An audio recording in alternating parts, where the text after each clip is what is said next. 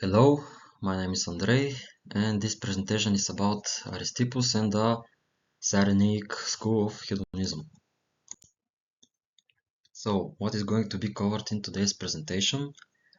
We are going to talk about Aristippus' life, the traits of hedonism, and we're going to discuss the opinions of some very famous philosophers.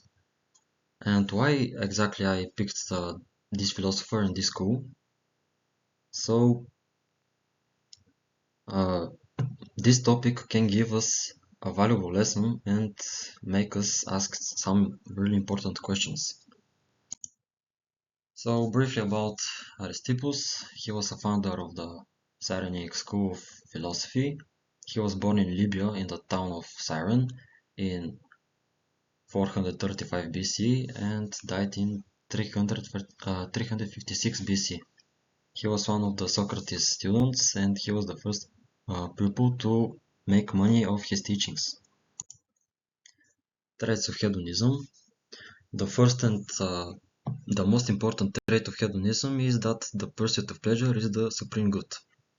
But there are some features that should not be neglected, and they are that people should not become possessed by these pleasures, or as Aristippus said, I possess, I'm not possessed. We must not harm others in order to achieve pleasure, and pleasure should not be moderated by moral self-restraint. So here are one of the most famous philosophers, and we're going to discuss what was their opinion towards Aristippus.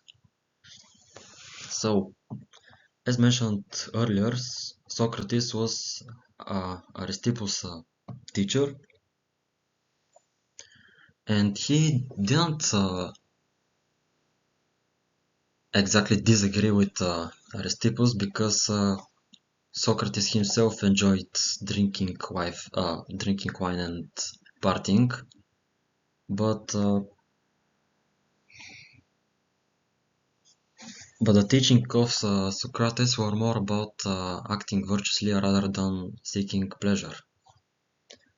And there was some relation between Socrates and Aristippus, which is not exactly related to philosophy, but as mentioned before, Aristippus was the first student of Socrates who was teaching for money. So he, from time to time, sent some of his earnings to Socrates, but Socrates saw that more like an insult rather than gratitude, so he often returned those money to Aristippus. About Plato, Plato didn't really like Aristippus personally, and he also didn't like his teachings. He felt disdain towards Aristippus. So it's safe to say that he wasn't really fond of Aristippus. About Aristotle, it is said that he called Aristippus a sophist, which is not exactly a compliment because sophists tended to use their knowledge to win arguments and not to seek truth. And it is well known that truth is in the base of philosophy and not only. Although I'm not quite like Aristotle, I also have my personal opinion, and I'm going to tell you whether I agree or disagree with Aristippus and why. Well, first of all, I tend to disagree with hedonistic school. Of course, it would be amazing if we could do whatever we want, whatever makes us happy, but there's a tendency that shows that if there is pleasure, there is also pain and regret afterwards. Although Aristippus mentioned that pleasure should be moderated by moral self-restraint, we should not harm others by doing our actions of pleasure, and we should not become possessed by the pleasure, I would say that it's extremely difficult to live a virtuous life while devoting your whole life to pleasure. So this will lead me to two different scenarios about Aristippus. The first scenario is that Aristippus was really clever man with a sharp brain, and he on daily basis could think of the most perfect action which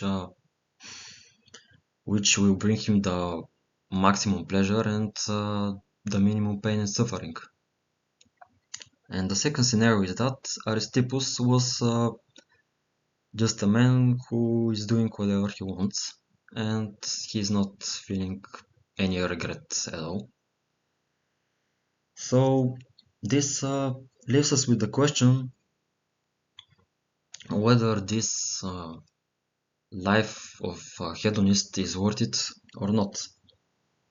And in order to answer this, we have to imagine one more scenario, the perfect scenario.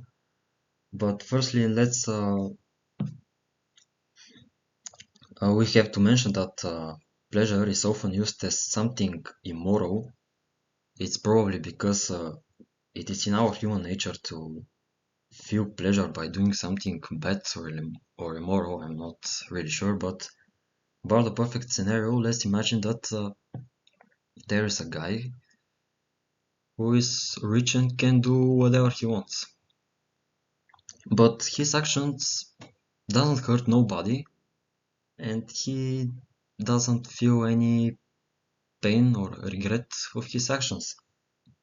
So this guy basically is doing whatever he wants with zero consequences. Doesn't matter if his actions are immoral, he doesn't feel any regret. So the question is this guy living the perfect life? Although he might get away with all these actions which bring him pleasure in the normal world, we still didn't say anything about God. And if there is God, this guy will certainly receive a divine punishment. But we can never be 100% sure whether there's a God or not. So, as a conclusion, considering the traits of hedonism and my personal opinion, we have to ask the question, can this really be the best way of living? And my answer to this is probably. Although there's a really small chance there actually might be a person who is doing whatever he wants, doesn't feel regret, and doesn't hurt nobody. So we have to ask another question. Can this person live a pleasureful life with absolutely no consequences?